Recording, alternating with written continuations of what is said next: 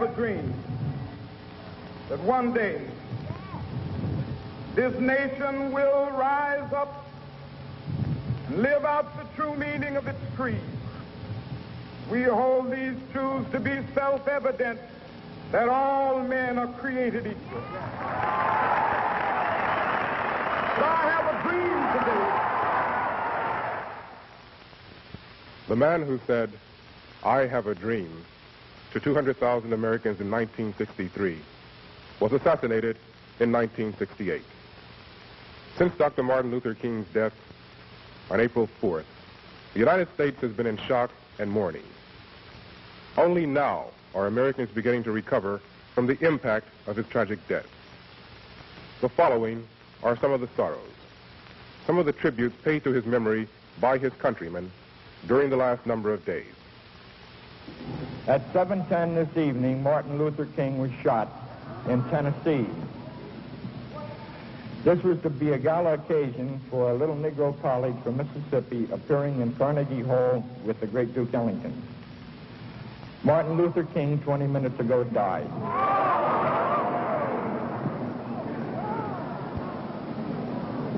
I would like to take this opportunity to ask Reverend John Genzel, who is the jazz minister, to lead all of us in prayer for Martin Luther King and the future of all civil rights movements.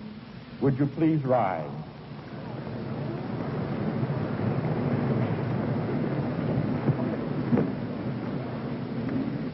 The King is dead. Long live the King of Love throughout eternity. I think it can be said that he now stands with our other American martyrs in the cause of freedom and justice. His death is a terrible tragedy and sorrow, first of all to his family, to our nation, and to our conscience. My fellow citizens, and especially my black brothers and sisters in our city, this is Walter Fauntroy, Vice Chairman of your City Council and Director of the Washington Bureau of the Southern Christian Leadership Conference. There's no one in the city tonight who is more stunned, whose heart is more crushed or broken by the tragic events of the night that have robbed our nation and our world of Dr. Martin Luther King, Jr. It will be very difficult for us tonight and in the days and weeks to come, all of us, to deal with our deep sense of grief. I have a dream that one day on the red hills of Georgia, sons of former slaves and the sons of former slave owners will be able to sit down together at the table of brotherhood. I have a dream. Martin Luther King, if he had one choice, I am sure, if he had one choice in his death, it would be that we made a greater effort in this country by adhering to the principles that he so ably advocated of nonviolence, that we make now a greater effort, the theory of nonviolent effort, to eliminate the obvious inequalities that still exist between white and Negro citizens, and that we provide in an affluent and wealthy and magnificent white America an equal opportunity for the Negro citizens. There's not going to be any replacement for Martin Luther King, Jr. anytime soon. He was the leader and now the martyr of the whole civil rights crusade, which has been the most important domestic issue of this century in America. It may be that out of the ashes of this awful tragedy, that a new dawn can break. It depends on each of us. It may be that the prophecy that Dr. King once made may come true when he said, "We now stand in the midnight of our existence, but I see a new dawn coming." I have a dream that one day, even the state of Mississippi, a state sweltering with the heat of injustice, sweltering with the heat of oppression, will be transformed into an oasis of freedom and justice. I have a dream. To paraphrase Winston Churchill, if we have resolve, we can convert this moment of the nation's greatest shame into our finest hour. The only thing more tragic than the death of Dr. Martin Luther King, Jr. would be that the only response would be black anger and white sympathy. You can kill a man, but you cannot kill an idea. And the idea and the ideal for which Dr. Martin Luther King stood, for which he lived, and for which he died, will continue to live in this country, will continue to live in this city. And despite the sorrow under which all of us today feel so heavy, there will on the morrow be a resurgence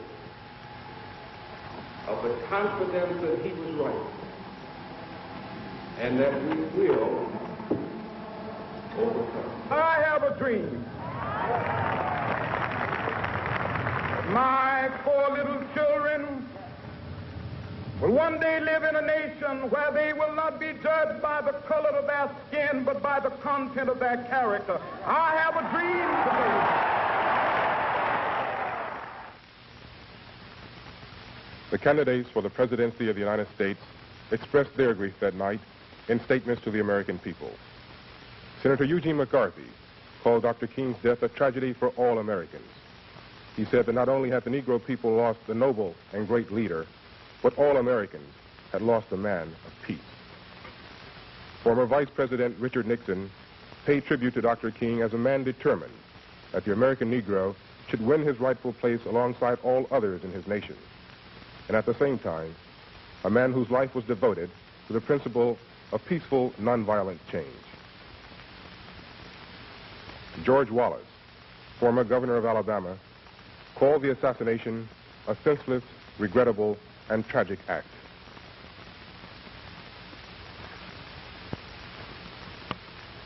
And Senator Robert Kennedy, recalling the death of his own brother, paid homage to Martin Luther King as a man who died in an effort to dedicate his life to love and to justice for his fellow human beings.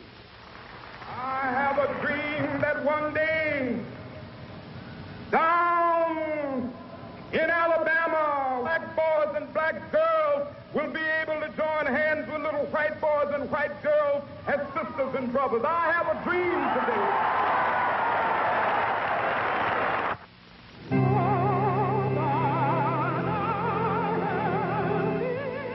But the nation's sorrow was not only echoed in the spoken words of leaders.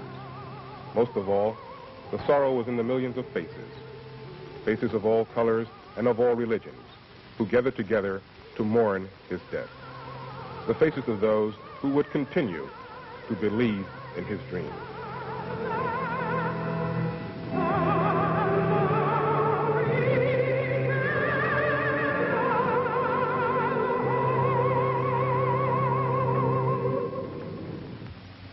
The confidence he exuded were as if he knew something the rest of us didn't know.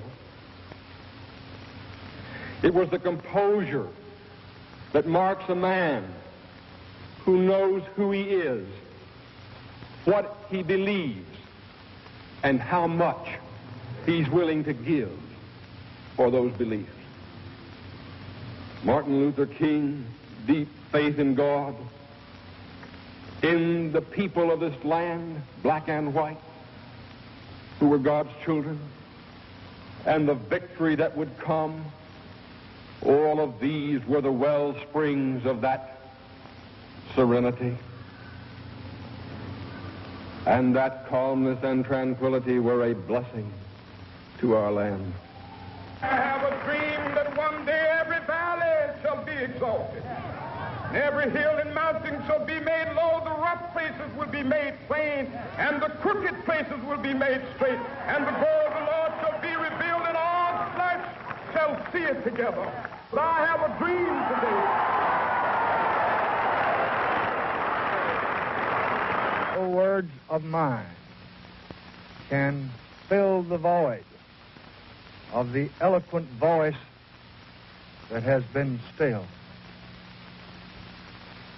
But this I do believe deeply. The dream of Dr. Martin Luther King Jr.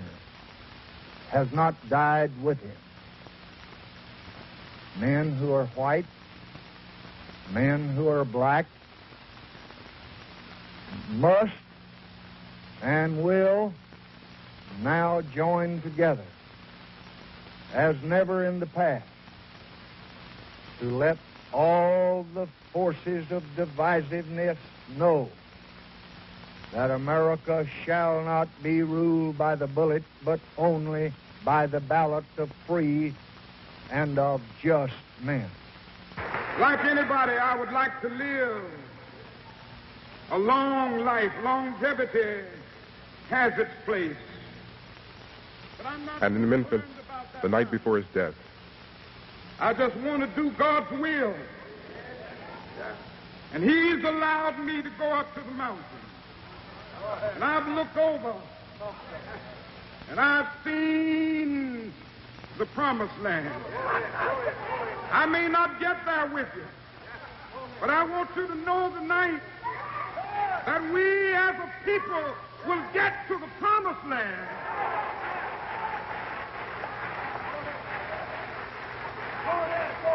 So I'm happy tonight. I'm not worried about anything. I'm not fearing any man. Mine eyes have seen the glory of the coming of the Lord.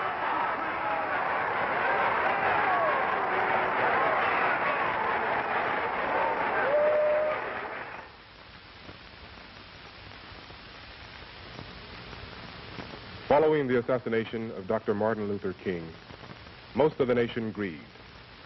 But there were those who did not grieve. There were those who used death as an excuse for the winning of luxury and the game of destruction. Their motive was neither grief nor hunger. Their numbers were small, but damage was not.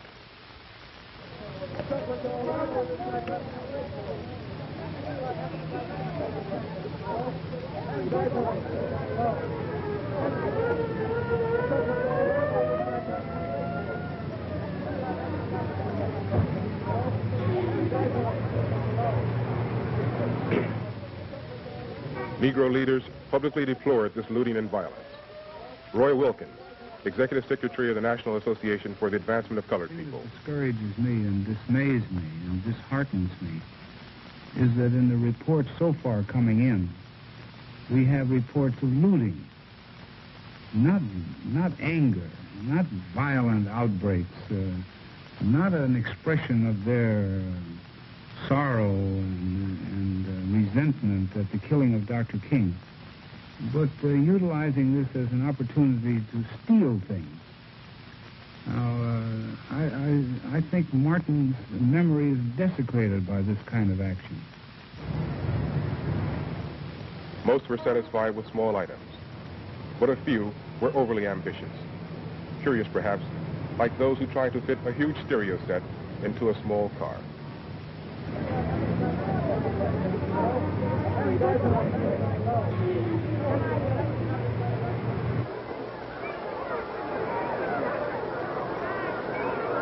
I wouldn't want every young black person to take the rap for a few of those ones. Entertainer Sammy Davis Jr. But I would simply say to all young people, particularly my black brothers and sisters, that the man stood for something very special in a world of violence. He was struck down by violence. Our adding to it, no matter what our frustrations, no matter what our anger, what our justifications might be, and it becomes thievery when the carnival atmosphere that Mr. Wilkins talks about does prevail. And I don't see sad faces mourning the tragic loss of this great American. I see people laughing and giggling. I somehow want to disown those people. I don't want to call those people who were laughing less than 48 hours after our leader died and stealing, those are not really brothers. Those cannot be the people who are striving for the dignity that we should have at this point.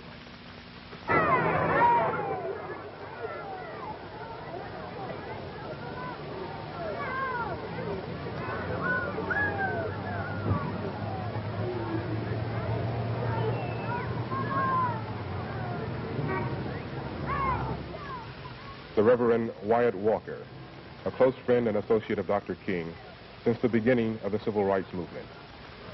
As difficult as it was for those of us who are civil rights figures, I'm afraid to say leaders or spokesmen, that someone must have the maturity in the black community to say that these riots are riots and they cannot, by any stretch of the imagination, be made into people's rebellion.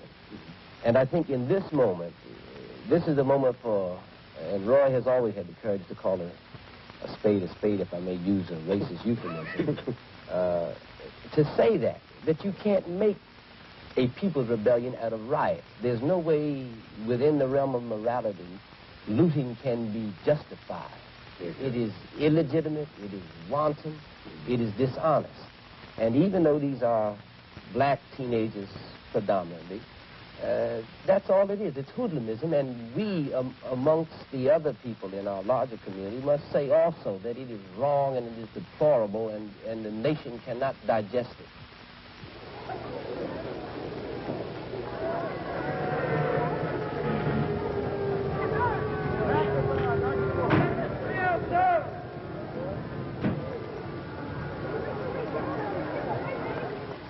For a while, it seemed as though nothing could quell the outbreak. But the pleas for nonviolence and restraint continued. Know what you're talking about. Be qualified. Be ready. Then you don't have a problem. Be ready. Know what you're doing. Singer James Brown. In Augusta, Georgia, I used to shine shoes on the steps of radio station WRDW. I think we started 3 cents, and we went to 5 and 6. Never did get to a dime. But today, I own that radio station. You know what that is? That's black power. Right here. It's not in violence. It's in knowing what you're talking about. Being ready. Now, I say to you because I'm your brother. I know where it's at. I've been there.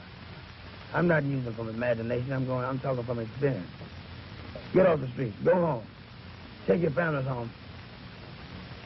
Look at television. Listen to the radio. Or listen to some James Brown records. But get out the street. Let's go back to our normal functions. Another thing I'd like to say. Don't burn. Give the kids a chance to learn. Don't terrorize, but organize. The greatest tribute that we can pay to this man whom we all Walter love Fauntleroy of the Southern Christian Leadership is Conference. to handle our grief in these early hours of crisis in the spirit of nonviolence that he would have had us to handle it in. And so I appeal to you tonight to handle your grief and to respond to this tragic event in silence and in nonviolence. I appeal to you to remain in your homes tonight and to encourage your friends and relatives too, to pray for a spreading of the spirit of this great man whom we have loved so much and whom we all love. The greatest tribute, I repeat, in the name of God and the name of Martin Luther King Jr. that we can make is to handle our grief in the spirit of nonviolence.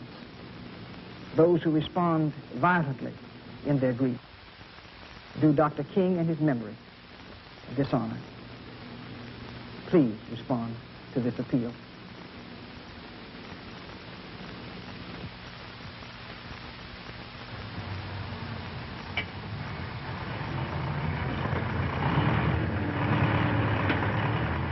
The destruction in the steppe was done, and those that did grieve picked up the pieces.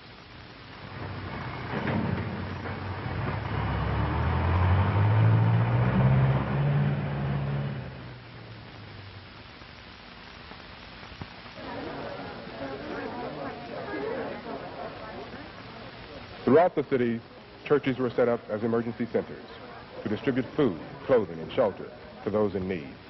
With the help of government agencies and private organizations, they started to rebuild. Appeals were issued to citizens outside the troubled areas for money and assistance. The people responded generously.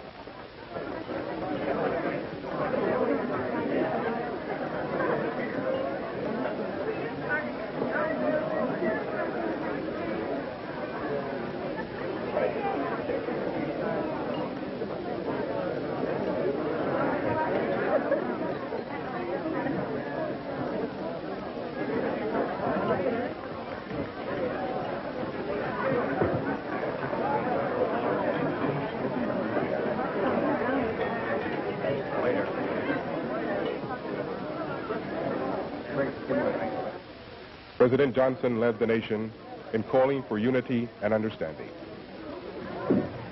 I ask every citizen to reject the blind violence that has struck Dr. King, who lived by nonviolence. I pray that his family can find comfort in the memory of all he tried to do for the land he loved so well. I have just conveyed the sympathy of Ms. Johnson, myself, to his widow, Mrs. King. I know that every American of goodwill joins me in mourning the death of this outstanding leader and in praying for peace and understanding throughout this land. We can achieve nothing by lawlessness and divisiveness among the American people. It's only by joining together and only by working together can we continue to move toward equality and fulfillment for all of our people. In the shadow of a flag that for the first time was lowered to half-mast for a private citizen, some had proven by smoke they had already forgotten him. But for every thief, there were millions who mourned. And beyond the smoke, they were king.